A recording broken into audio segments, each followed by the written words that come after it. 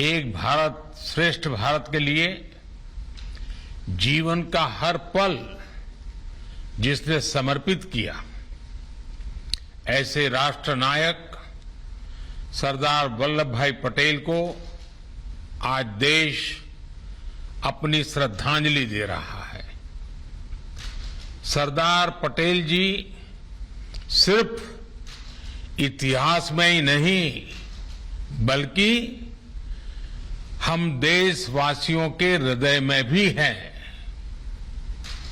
आज देश भर में एकता का संदेश लेकर आगे बढ़ रहे हमारे ऊर्जावान साथी भारत की अखंडता के प्रति अखंड भाव के प्रतीक है। ये भावना हम देश के कोने कोने में हो रही राष्ट्रीय एकता परेड में, स्टैच्यू ऑफ यूनिटी पर हो रहे आयोजनों में भली भांति देख रहे हैं। साथियों, भारत सिर्फ एक भौगोलिक इकाई नहीं है बल्कि आदर्शों, संकल्पनाओं, सभ्यता, संस्कृति, इसके उदार मानकों से परिपूर्ण राष्ट्र है। धरती के जिस भूभाग पर हम 130 करोड़ से अधिक भारतीय रहते हैं, वो हमारी आत्मा का, हमारे सपनों का, हमारी आकांक्षाओं का अखंड हिस्सा है। सैकड़ों वर्षों से भारत के समाज में, परंपराओं में लोकतंत्र की जो मजबूत बुनियाद विकसित हुई, उसने एक भारत की भावना को समृद्ध किया है। लेकिन हमें यह भी याद रखना है कि नाव में बैठे हर मुसाफिर को नाव का ध्यान रखना ही होता है। हम एक रहेंगे तभी आगे बढ़ पाएंगे। देश अपने लक्ष्यों को तभी प्राप्त कर पाएगा।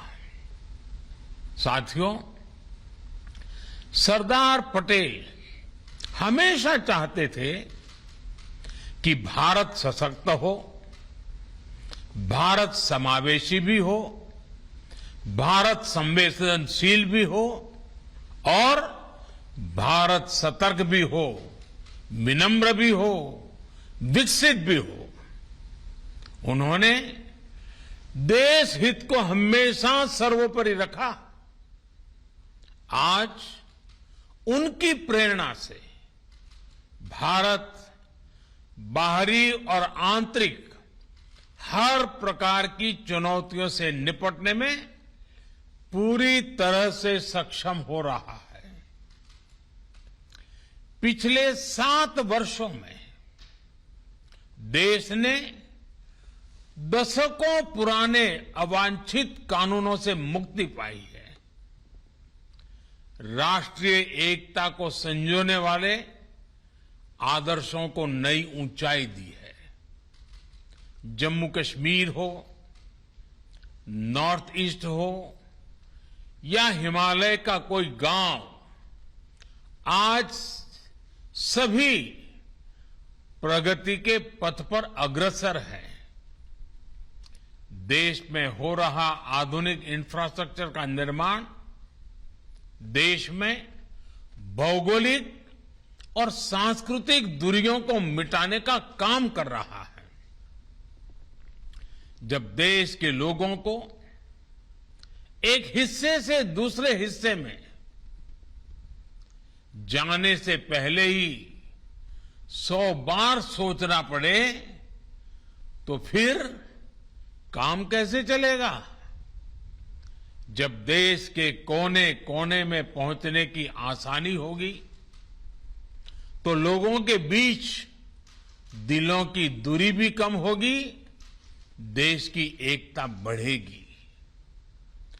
एक भारत श्रेष्ठ भारत की इसी भावना को मजबूत करते हुए आज देश में सामाजिक, आर्थिक और संवैधानिक एकीकरण का महायज्ञ चल रहा है। जल, थल, नभ, अंतरिक्ष, हर मोर्चे पर भारत का सामर्थ्य और संकल्प अभूतपूर्व है। अपने हितों की सुरक्षा के लिए भारत आत्मनिर्भरता के नए मिशन पर चल पड़ा है। और साथियों, ऐसे समय में हमें सरदार साहब की एक बात अवश्य याद रखनी चाहिए। सरदार साहब ने कहा था, by common endeavour we can raise the country to a new greatness, while a lack of unity will expose us to fresh calamities. एकता की कमी जहां नए संकट लाती है, सबका सामूहिक प्रयास देश को नई ऊंचाई पर लेकर जाता है। आजाद भारत के निर्माण में सबका प्रयास जितना तब प्रासंगिक था, उससे कहीं अधिक आजादी के इस अमृत काल में होने वाला है। आजादी का यह अमृत काल विकास की अभूतपूर्व गति का है, कठिन लक्ष्यों को हासिल करने का है। यह अमृत काल सरदार साहब के सपनों के भारत के नवनिर्माण का है। साथियों, सरदार साहब हमारे देश को एक शरीर के रूप में देखते थे, एक जीवंत इकाई के रूप में देखते थे। इसलिए उनके एक भारत का मतलब ये भी था कि जिसमें हर किसी के लिए एक समान अवसर हो, एक समान सपने देखने का अधिकार हो। आज से कई दशक पहले उस दौर में भी उनके आंदोलनों की ताकत ये होती थी कि उनमें महिला, पुरुष, हर वर्ग, हर पंथ की सामूहिक ऊर्जा लगती थी। इसलिए आज जब हम एक भारत की बात करते हैं, तो उस एक भारत का स्वरूप क्या होना चाहिए? उस एक भारत का स्वरूप होना चाहिए एक ऐसा भारत जिसकी महिलाओं के पास एक से अनेक अवसर हो, एक ऐसा भारत जहां दलित, वंचित, आदिवासी, वनवासी, देश का प्रत्येक नागरिक खुद को एक समान महसूस करे। एक ऐसा भारत जहां पर बिजली, पानी जैसी सुविधाओं में भेदभाव नहीं, एक समान अधिकार हो। यही तो आज देश कर रहा है। इसी दिशा में तो नित नए लक्ष्य तय कर रहा है। और ये सब हो रहा है क्योंकि आज देश के हर संकल्प में सबका प्रयास जुड़ा हुआ है। साथियों, जब सबका प्रयास होता है तो उससे क्या परिणाम आते हैं, ये हमने कोरोना के विरुद्ध देश की लड़ाई में भी देखा है।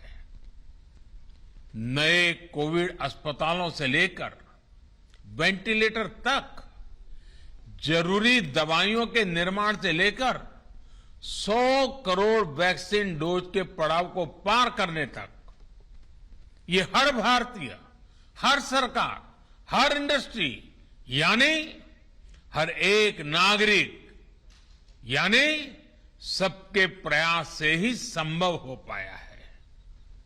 सबका प्रयास की इसी भावना को हमें अब विकास की गति का, आत्मनिर्भर भारत बनाने का एक मजबूत आधार बनाना है।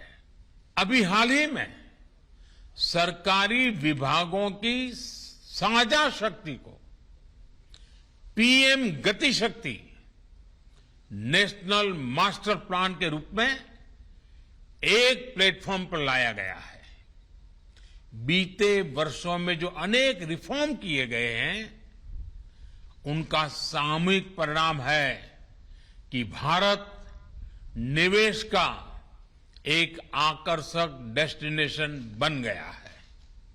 भाइयों और बहनों, सरकार के साथ साथ समाज की गति शक्ति अगर ये जुड़ जाए तो बड़े से बड़े संकल्पों की सिद्धि कठिन नहीं है, सब कुछ मुमकिन है। और इसलिए आज जरूरी है कि जब भी हम कोई काम करें तो ये जरूर सोचें कि उसका हमारे व्यापक राष्ट्रीय लक्ष्यों पर क्या असर पड़ेगा। जैसे स्कूल कॉलेज में पढ़ाई करने वाला युवा एक लक्ष्य लेकर चले कि वो किस सेक्टर में क्या नया इनोवेशन कर सकता है। सफलता असफलता अपनी जगह पर है, लेकिन कोशिश बहुत जरूरी है। इसी प्रकार जब हम बाजार में खरीदारी करते हैं तो अपनी पसंद नापसंद के साथ साथ ये भी देखें कि क्या हम उससे आत्मनिर्भर भारत में सहयोग कर रहे हैं या हम उसे उल्टा कर रहे हैं। भारत की इंडस्ट्री भी विदेशी रॉ मटेरियल या कंपोनेंट्स पर निर्भरता के लक्ष्य तय कर सकती है। हमारे किसान भी देश की आवश्यकताओं के अनुसार नई खेती और नई फसलों को अपनाकर आत्मनिर्भर भारत में भागीदारी मजबूत कर सकते हैं। हमारी सहकारी संस्थाएं भी देश के छोटे किसानों को मजबूत करें। हम जितना ज्यादा ध्यान हमारे छोटे किसानों के ऊपर केंद्रित करेंगे, उनकी भलाई के लिए आगे आएंगे, गांव के अत्यंत दूर दूर के स्थानों तक हम एक नया विश्वास पैदा कर पाएंगे। और हमें इसी दिशा में संकल्प लेने के लिए आगे आना है। साथियों, ये बातें सामान्य लग सकती हैं, लेकिन इनके परिणाम अभूतपूर्व होंगे। बीते वर्षों में हमने देखा है कि छोटे समझे जाने वाले स्वच्छता जैसे विषयों को भी जन भागीदारी ने कैसे राष्ट्र की ताकत बनाया है। एक नागरिक के तौर पर जब हम एक भारत बनकर के आगे बढ़े तो हमें सफलता भी मिली और हमने भारत की श्रेष्ठता में भी अपना योगदान दिया। अब हमेशा याद रखिए, छोटे से छोटा काम भी महान है अगर उसके पीछे अच्छी भावना हो। देश की सेवा करने में जो आनंद है, जो सुख है, उसका वर्णन शब्दों में नहीं किया जा सकता। देश की अखंडता और देश की एकता के लिए अपने नागरिक कर्तव्यों को पूरा करते हुए हमारा हर प्रयास ही सरदार पटेल जी के लिए सच्ची श्रद्धांजलि है। अपनी सिद्धियों से प्रेरणा लेकर हम आगे बढ़े, देश की एकता, देश की श्रेष्ठता को नई ऊंचाई दे, इसी कामना के साथ आप सभी को फिर से राष्ट्रीय एकता